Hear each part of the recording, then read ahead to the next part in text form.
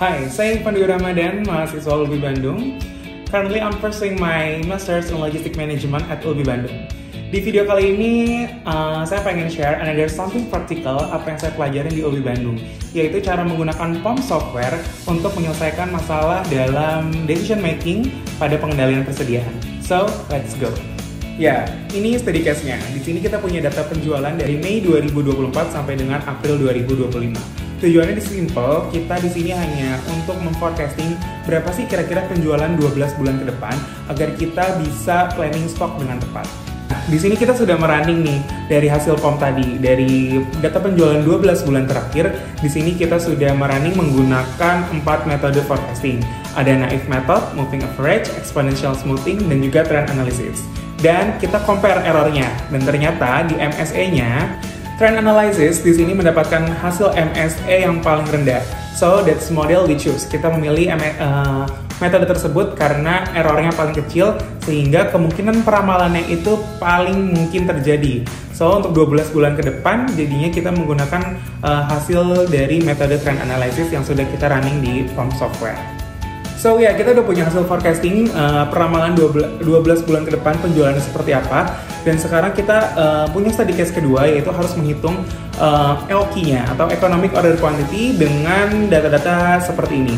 Di sini ada demand tahunan, ada unit cost, setup cost, holding cost, lead time. Di mana demand tahunannya tadi udah kita dapetin dari forecasting sebelumnya menggunakan metode trend analysis. Langsung aja kita untuk menyelesaikan study case kedua. Setelah kita input datanya ke aplikasi POM atau POM software, didapatkan EOQ sebesar 11.615 karton, kemudian reorder point sebanyak 2.887 karton, dan total biaya tahunan sebesar 31 miliar. Dan juga di sini kita mendapatkan grafik yang menunjukkan trade-off antara setup cost dan juga holding cost-nya seperti apa. Ya, setelah mendapatkan hasil dari EOQ tadi dari study case yang kedua, di sini kita ada study case ketiga, yaitu menggunakan POM untuk mencari EOQ with discount. Nah, maksudnya apa sih? Jadi di sini dari study case-nya menjelaskan bahwa pabrik minyak goreng akan memberikan tawaran diskon sebanyak 7% apabila kita membeli lebih dari 14.500 karton.